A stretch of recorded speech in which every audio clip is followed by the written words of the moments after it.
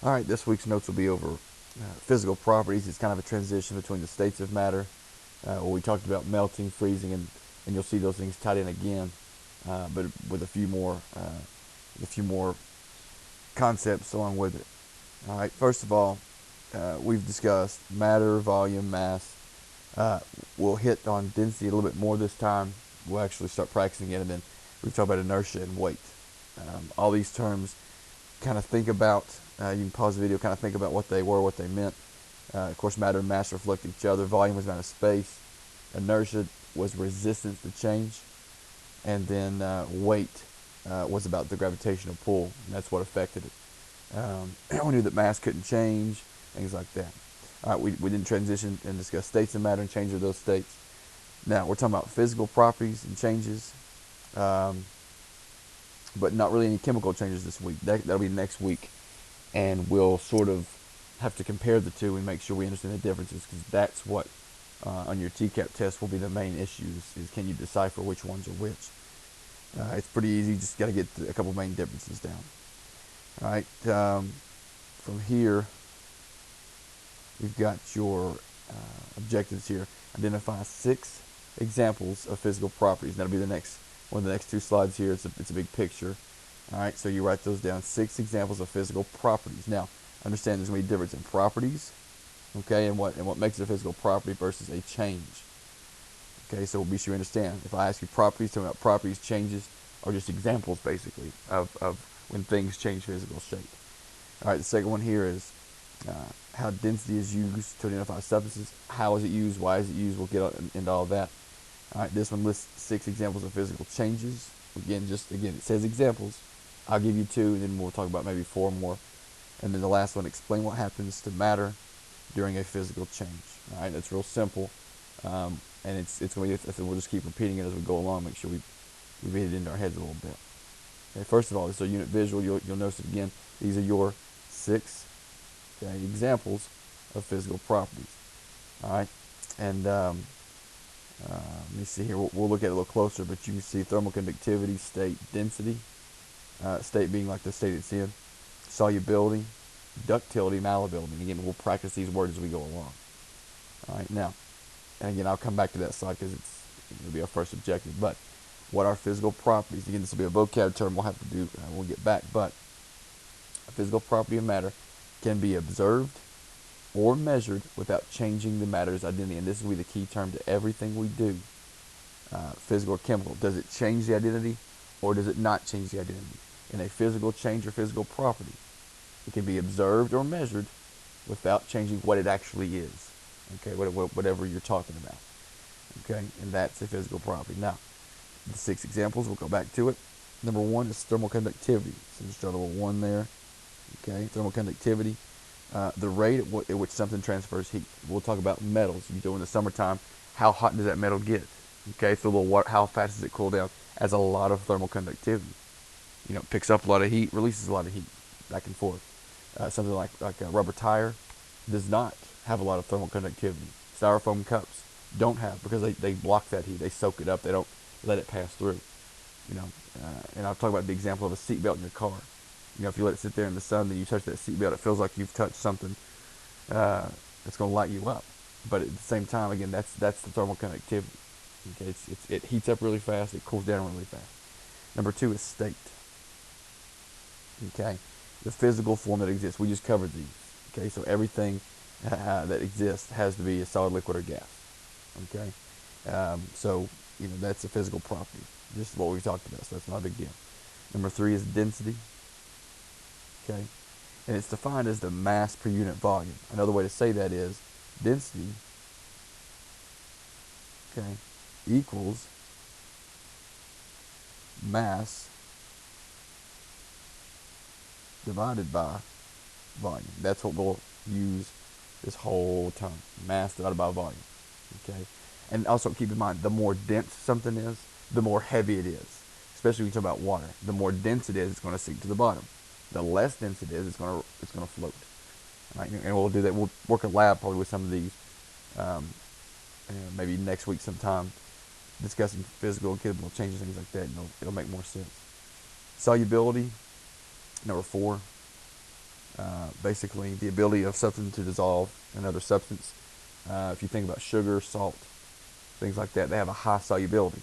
If you put sand in water, mix it around again, it's not going to do anything. There's very little, or if any at all, solubility there. Okay, so that's just ability to dissolve in another substance. That's what it is. Like, those little individual Gatorade packs or Crystal Light, whatever they use. All right, number 5 is ductility. Ductility is the ability of a substance to be pulled into a copper wire. Or I'm sorry, into a wire. All right, into that wire shape. So copper is one of the most famous uh, ductility items you can have, because again, you can form it into a wire, and there it goes into that little plastic sheet, and you're fine. So ductility, the ability to be pulled into a wire. It's all ductility. It's a funny name, but ductility. Malleability is what we should think with aluminum. We're in Alcoa, aluminum, all that stuff. What it is, the ability of a substance to be rolled or pounded into thin sheets, like aluminum foil, really thin sheets, and there it is. That's malleability. All right, we'll talk about that more when we get to class, but those are your 6. Okay, those are your 6 examples of physical properties. Okay, well, it'll take some time to learn them all, but they're not very difficult once you get them down. Okay. Next is I will describe how density is used to identify substances. First of all, you use any of those physical properties to identify matter. You can talk about, okay, we don't know what it is. Well, we'll talk about what state's it in. All right, does it conduct heat? How dense is it? Okay, density is one of those special things that we'll talk about because it's very unique to each thing. So, density by definition is the amount of matter in a given space or volume. Okay, and the two balls shown below have different densities. So this one here, we know that D, okay, and right now you're not writing this down, but D equals M over V. Okay, over V. All right, these have different masses. So for one equation, I put this is 46. The other one maybe I put this is 2, and then figure out what the volume was. All right, so as we go along, we'll understand what density, what's really important about it. All right, here's an example here for these liquid layers. You see like a maroon, green, blue, pink, clear, and a gold, what it looks like, or bronze maybe. It says the graduated cylinder contains 6 liquids. Each liquid is a different density.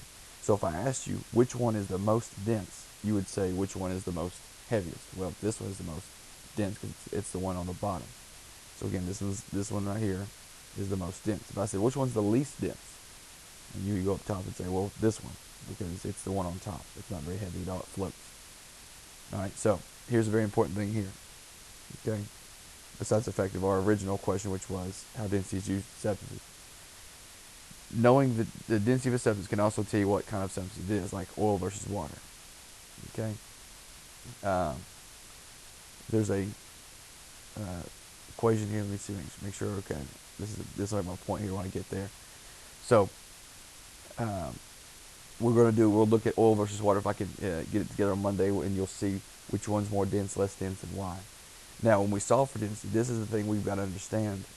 This is the one I've showed you on the side, because this equation is 2 or 3 questions on your TCAP, and if you can just plug in numbers and do simple division, you've mastered this one already. Okay, now we'll do more things with it, make sure we understand it, how does it work, all that stuff, but that's the main equation you got to understand. Right? Density equals mass divided by volume. All right, now, let me do the page ahead here. Okay, when we talk about this is here, look at all these. Take a look at all these elements here. Okay, zinc's an element, silver, lead, mercury. All these things are elements. You can't get anything more simple than these. What you need to understand, this is what you write down here for your second right here about how density is used. Okay. You can say density is used to identify substances, right? Because every substance has a different or unique identity. So that's what you actually write down here. Okay? Every substance, so you say density is used to identify substances because every substance has a unique, okay, or different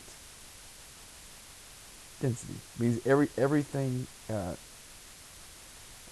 has a special density all to itself. So if you can figure out its density, okay, you can figure out what it is. So Look at this chart here.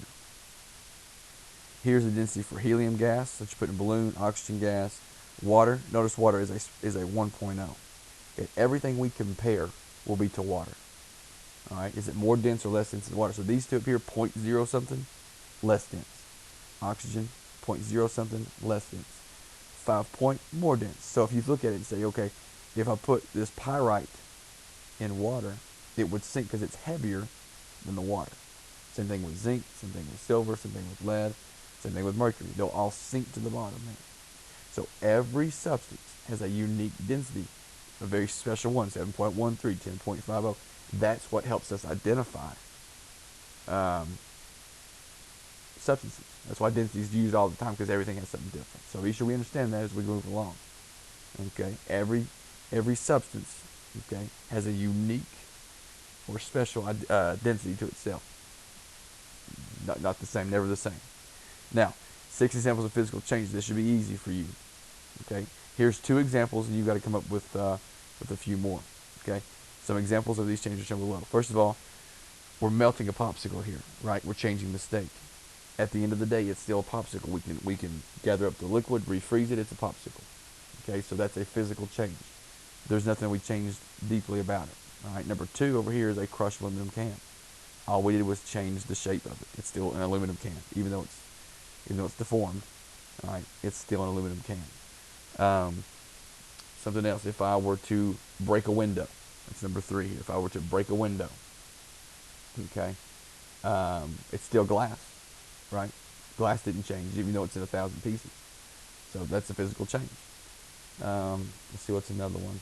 You can talk about ripping up a piece of paper, okay, crumpling a piece of paper, like making a paper wad or something. All those are physical changes because it's still paper. I didn't change the fact that it's paper.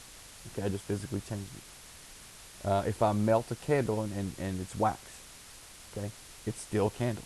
I've just melted it, right? I didn't burn it. I didn't change the fact that it's still wax. It's still wax. Okay, so melting, okay, freezing it, okay, even breaking it at times is just I didn't change the identity, and that's the key. Yeah, you didn't change the fact that it's still what it is, just in a different form. All right, so yeah, any of those examples you can use for me, just list 6 on your paper.